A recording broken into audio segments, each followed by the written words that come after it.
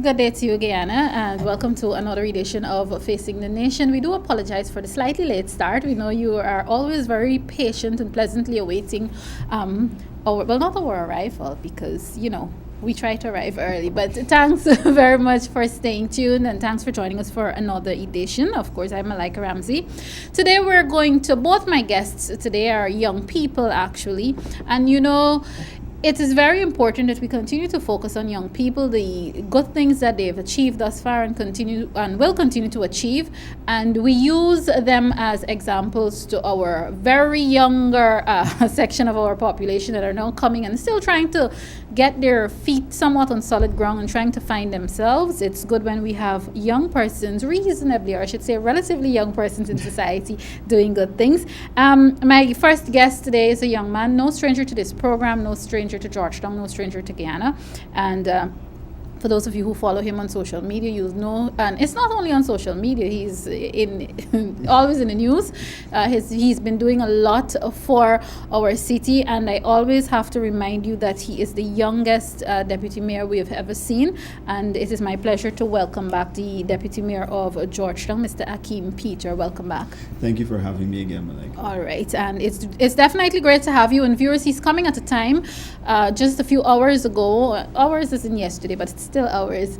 Just hours ago, the Minister of Communities, the Honorable Ronald Bulkin, announced that local government elections 2018 will be held on Monday, the 12th of November. And we're happy to have that. And it's a case where the current administration, the government of the day, the APNU AFC administration, is living up to another promise that they would have kept, that we're not going to have local government elections now and then. A decade or two pass and we don't have them again. And we know it is very, very important to have these elections. But you're not tuning in to only hear from me today. Let's talk Deputy Mayor Peter. In light of the announcement of local government elections 2018, it's going to be held in November. What is happening even before that announcement? How are preparations and so on coming? What is the City Council, Georgetown City Council, focusing on at this time regarding local government elections? Well, I don't think we can focus on much concerning the elections. The electorate, the election body that manages those elections is GCOM. And GCOM has already made public statements that they are in full preparation and moving right ahead with local government elections. I think as councillors, first of all, elected councillors, in our different constituencies, Georgetown has 15. So I think a lot of groundwork, I know for a fact a lot of groundwork is happening in those constituencies. We've been given a grant from the government, which we budgeted for, which is $75 million. To do extensive remedial works within all 15 constituencies within Georgetown. All right, let me stop trying to be diplomatic and just come directly. Let me just come straight with the question that I should have asked in the first place. Is Akeem Peter contesting? Are you involved? Is it possible that we'll see you back as deputy mayor or possibly mayor of yours? And I am the one that's saying it. How possible is any of what I just said? It is possible that I will be contesting the local government elections again. Oh, so you're saying it's possible. You're still not going to give me a direct answer. It's basically a yes or no. It's not entirely up to me. You do know and understand that I represent the government, the governing party of our country, which is the APNU AFC coalition. And I do believe... But there's a willingness on your part. Yes, there is a willingness on my part to, yet again, represent the city of Georgetown. I cannot attest to the question of me being deputy mayor or mayor. I think the first step and the first hurdle to cross is for me to be elected as a councillor. Okay. So I would say, let's see what happens then. After Perfect. I'm elected, we'll see if I do become mayor or deputy mayor. All right. I'm happy that you talked about the fact that the first step is you being elected as a councillor, because we're seeing you on social media, we're seeing you in the news everywhere, and you've been doing a lot of work as a councillor. Because and viewers, just to remind you, sometimes we get lost. These are not things that we talk about every day, so sometimes we don't remember. The deputy mayor, it's not just the office of deputy mayor, he's also a councillor. In fact, you have to be a councillor first before anything else can happen. Let's talk about your constituency and what you have been doing thus far. Not only you, the councillors in general. Do you believe that there has been an improvement in the functions and operations of our community since the last local government election? I mean, there's a lot of it to basically get to today. I do believe that there is an improvement in management of the local government system since we had local government elections in 2016. Mm-hmm. And that is because, the absence of the local government system made a lot of our leaders, our local community leaders, not understand the importance of it, first of all. Mm-hmm. And also, they will have to rearrange and redirect their thinking to now understand the purpose of a councillor within your constituency. So we had to do a lot of re-education, especially in the city of Georgetown. And even though we had local government elections, there was an absence of local governance on the ground.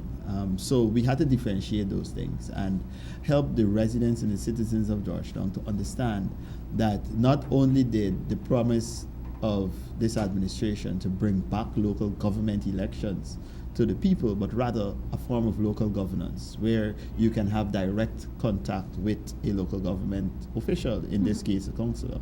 So, there's a lot of work that we still need to do with the re-education of the process. Yes. A lot of work, yes, and we know, not to sound like a cliche, but the fact is Rome wasn't built in a day. You can't expect everybody to get on board immediately. But do you find that the residents themselves, they even understand their own purpose as residents, and that they're coming along slowly and understanding who to go to, when to go to, and how can I help not only my community, but how can I possibly help the councillor to do it, the work, because the councillor can't necessarily know everything either. Slowly but surely. The demographics of Georgetown, it's very large and different. We find that there is a conclave of persons, in certain constituencies which reject the system altogether. They don't see the importance of it, and in not seeing the importance, the respect for the official leading you or governing you isn't there. But the residents are coming on board. We have seen an influx of persons coming into City Hall, not just to pay taxes, but to ask questions, to come and see the mayor, to come and see the deputy mayor, to understand that these persons can also hold your answers to your problems, and not necessarily that you have to run to the office of a minister or even the office of the president, but you understand that you live in a city, or in some cases a town, an NDC, and you have direct access to those leaders. So I think residents are day by day, they're getting the understanding that this is something that they should be a part of.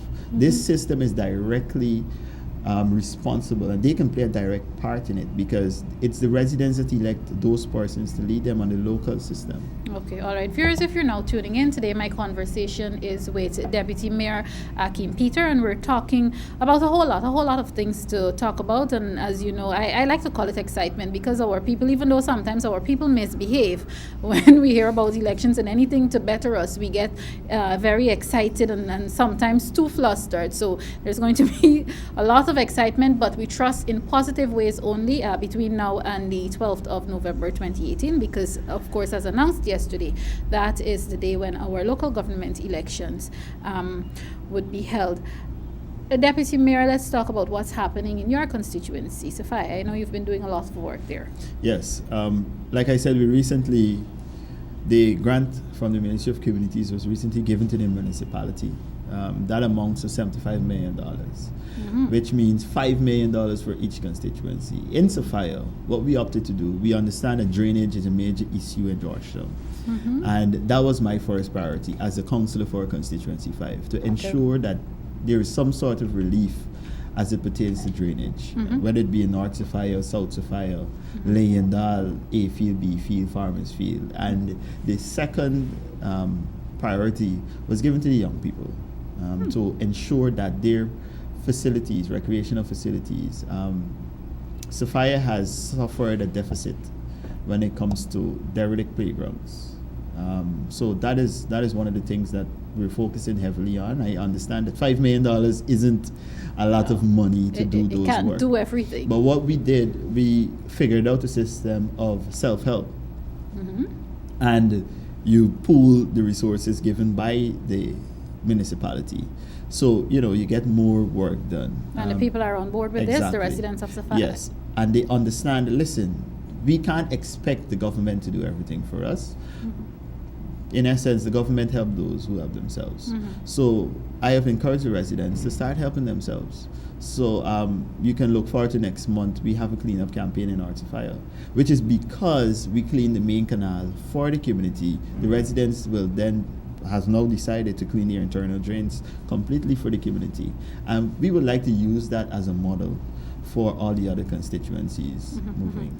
You talked about the playgrounds, and so I know you did also stress, which is the fact, viewers, that, $5 million can't do every single thing, but has any work at all begin, especially on the playgrounds? And I'm asking to this period, it's the July-August period of most of, if not all, those who are not attending what we now call summer school in Guyana, they're at home and they're idle. And the devil finds work for idle hands. So again, what is the position in terms of the upgrading and enhancement of those grounds? Works have started on the grounds identified.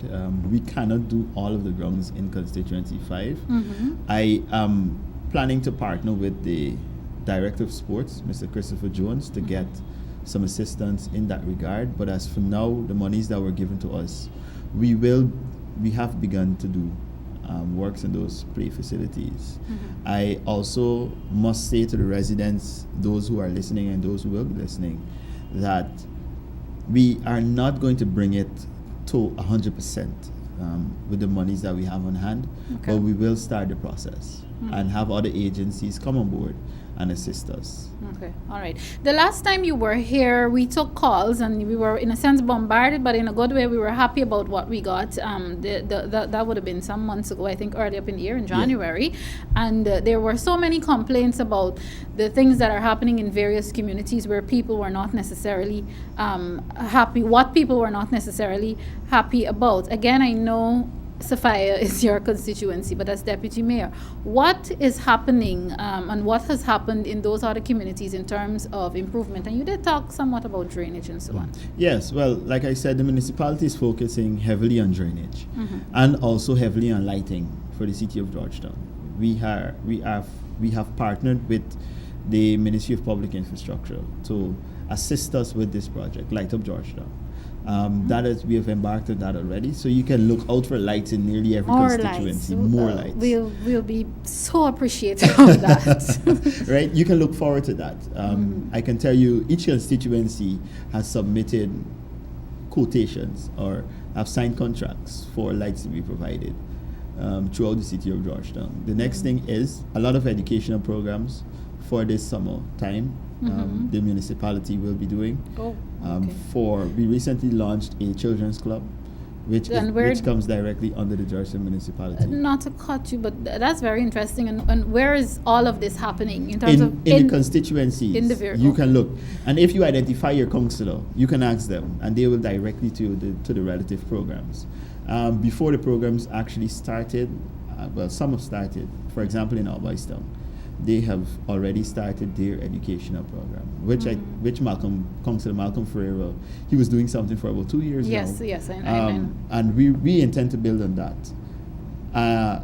In other constituencies, the programs will be launched soon.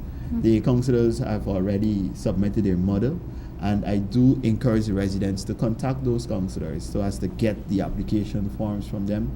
In some cases, talk to them directly so that they can put your name down. So that you can benefit from these projects.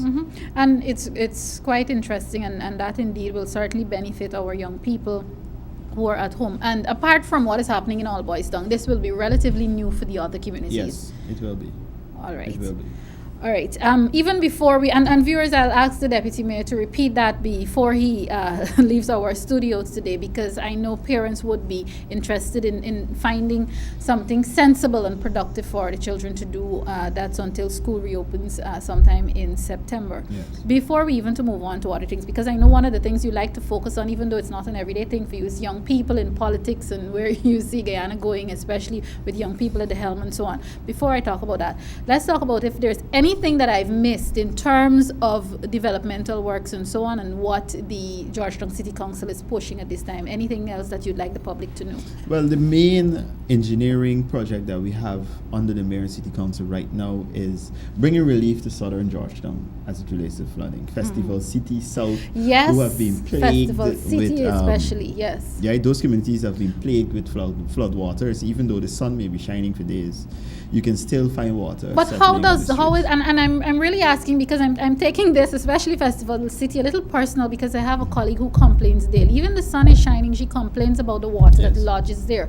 What is the procedure? How will you go about fixing that? Because, and again, that has been occurring for years. So, well, the thing is, a few years ago, some engineers came in under the Ministry of Public Infrastructure from Germany, and they did a study.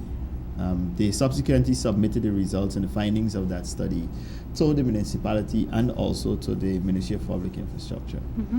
Cabinet a few weeks ago made a decision to implement some of the findings and the recommendations of that study. City Hall has been tasked with performing or carrying out those recommendations, which focus on specific drainage canals, which focused on the desilting of those canals, also the relocation of certain persons. In terms of squatting? Yes. I didn't want to use the word squatters. No. I'm to open another right. And viewers, to open we're another not conversation. right. It is not. We're not trying to attack people who are squatting, but the fact is, you're on what you call it, government reserves. It's on the government You're on reserve. Government reserves, and if this is causing discomfort to other residents, something has to be done. And that was heavily one of the recommendations made out of that report, that we have to take control of squatting on the reserves. And again, there is something in it for everyone. The last time you were here, you also spoke about some of the alternative measures if you're going to, because again, we know if you're going to remove the squatters, we must provide some sort of alternative for them. I don't know, where is that project, and if you'd like to talk about the alternatives at this point. Well, the alternatives are still on the table. That is being led by Central Housing and Planning Authority. Okay. One of the alternatives is relocation. Whether it be in bulk or whether we relocate poorhouse lot. The Ministry of Housing, they themselves have to find the necessary locations for us to relocate all of these squatters. Okay. For example, in Sophia, it amounts to close to 1,000 squatters on the reserves, which hinder the clearance of all the canals within Sophia. So is it accurate to say that you can't really fully begin clearance until these squatters are moved? Well, alternative measures of clearance, the city is also looking at that in conjunction with the Ministry of Public Infrastructure, because we realized that at the end of the day, the canals needs to be cleared. So whether we put a pontoon in the canal and ensure that it's clear to allow the free flow of water, and then think about moving the squatters from the reserve, but the priority is at this moment that those canals need to be cleared as early as possible. And that has begun. Because I have been on the site and it has begun. Because I was going to ask now for a deadline, because again, we always hear something is happening. This has begun. We're consulting, but action. Consultations, the point of consultations have passed. We're now carrying out the recommendations from those consultations. It's not easy. It's not an easy task for the municipality, neither the Ministry of Public Infrastructure, but it's a task that combined we can address, and we will address. All right, great. Now we're going to talk about something else that you like to talk about: young people at the helm and young people in politics. And again, lots would have happened since the last time we spoke. We have young people doing great things. In fact, I did promise the viewers earlier, coming up a little later on the second half of the program. We'll talk about an outstanding young woman who has helped to put Guyana further on the map recently. And I'm extremely proud of her, because most people who know me know I live on the west side and she's from the west side. So I get to boast that west side has produced an amazing young woman, but you'll hear a lot from her a little later on. But Akeem, let's talk about young people, your vision. I mean, you yourself, you're still quite young. You're not bald yet, so... What is happening? Have there been improvement in terms of young people getting opportunities? Where do you see young people going, especially in politics? Well, Malika, it comes back to what we discussed the last time. Young people have to understand that even in the field of politics, it's about service. It's not about the fame, it's not about the title, it's about your ability to serve people. And once you can improve or even get better at that ability, it's going to be better for you. I have seen, even myself, even you, in the political arena for years, us serving, not necessarily for a position, but serving for betterment of people. And I think fundamentally that is what we need to teach our younger generation, especially when it comes to politics, because the political climate in Guyana will change drastically within the next 10 years. And your integrity and ability to be excellent at a particular level must be there. And I think we have to stop feeling entitled, and we have to start working and becoming assets. Doesn't matter which part of the spectrum you fall. You, as a young person, you have to make yourself an asset. Make yourself, if you're absent, your absence must be felt. And if you're present, your presence must be felt too. So I think we have to start playing a more adamant role. Coming on to local government elections, I would love to see more young people play a more active role in the forefront of council. More young, youthful faces. I am not saying we delete the older faces. What I'm saying is the young people must start having an understanding that this country belongs to them. Every municipality belongs to them. Every constituency belongs to them. Because the new statistics coming out of the United States says that over 50%, over 75% of our population is young people. So it means that the future belongs to us. Yeah, it's very significant. So it's a very significant But number. I'm sorry, I always like to be the one who start to bring us back to reality every now and again. The thing is, in 10 years, those of us who are dubbed young people now are not going to be dubbed young people. So I think sometimes we need to remember that too. I'm just putting that out there again. Yes, every now and again I like to bring if people call it rain, but it's the reality. Well, in 10 years, in 20 years, we're not going to be considered in 10 and 20 people. years, we will have to be the ones giving advice. There you go, giving advice and guidance and giving opportunities. And we must also remember not to rob the youthful generation of the opportunities that we were robbed of when we were younger. Not saying we're being robbed now, but what I'm saying is that young people or youths in reality must start playing a more active role. But the fact is, again, in politics and in government. The fact is, there are some young people who are being robbed now. So, but again, the conversation is about us trying to do better in the future. And I want to, and this is without trying to get controversial, but even before I go on the conversation that could get controversial, the other thing that I like about the local government elections, and I like your opinion because I'm expecting to see the same thing, it is now the local government elections are also open to other groups other than our two political giants, I call them. I think everyone calls them that, the political giants of Guyana.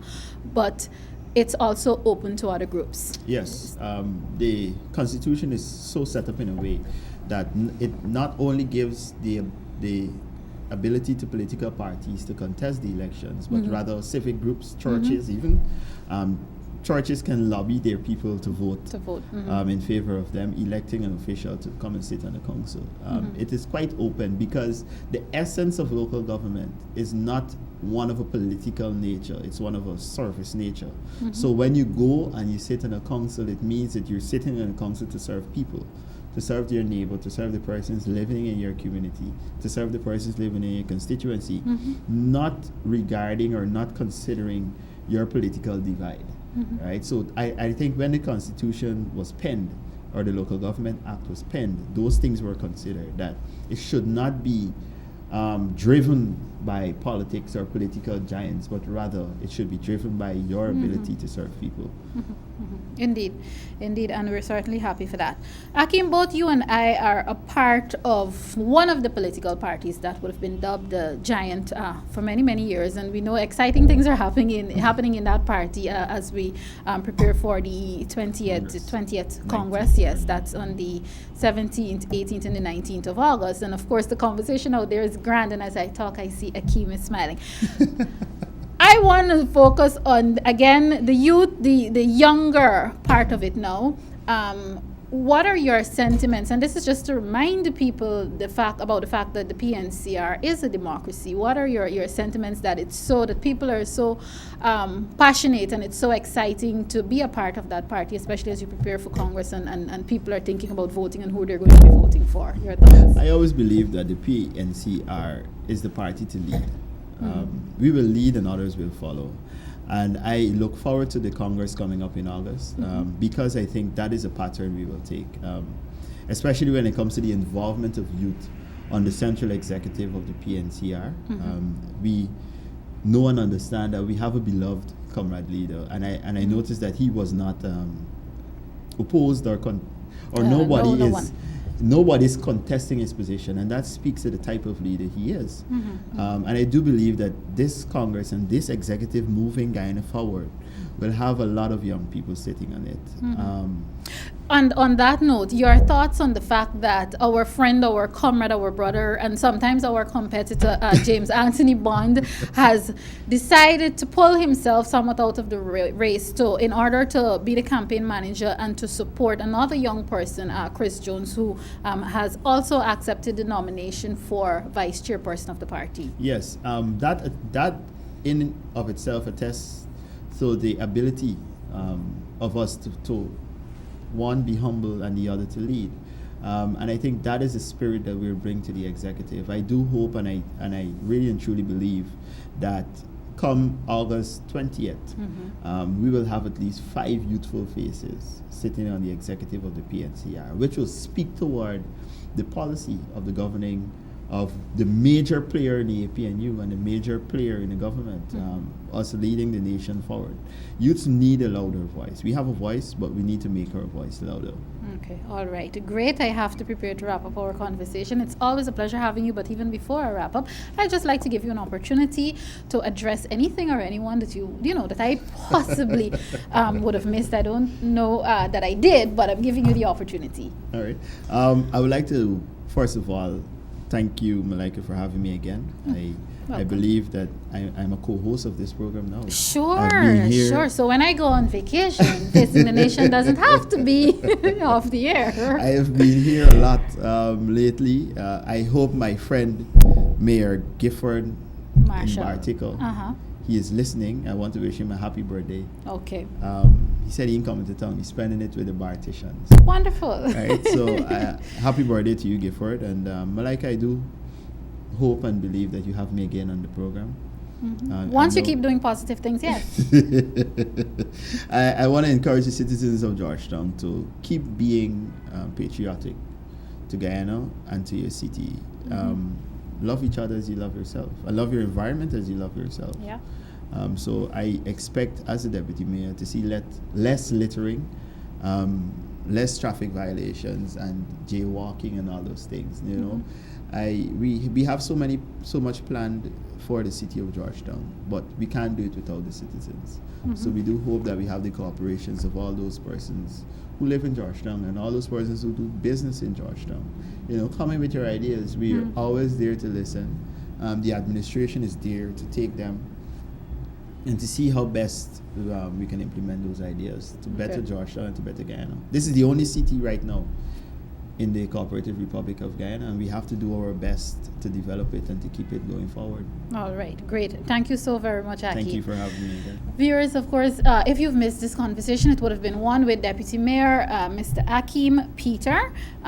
Shared a lot of information for you, but if you're now joining us, what you can do is subsequently, of course, sometime later in the day, the conversation will be posted to both my YouTube channel and the Facebook page. As I promised earlier, we'll take a quick break. On the other side of the break, we will be talking with Queen's Young Leader 2018, Miss Marvel Angie Vine. Stay with us.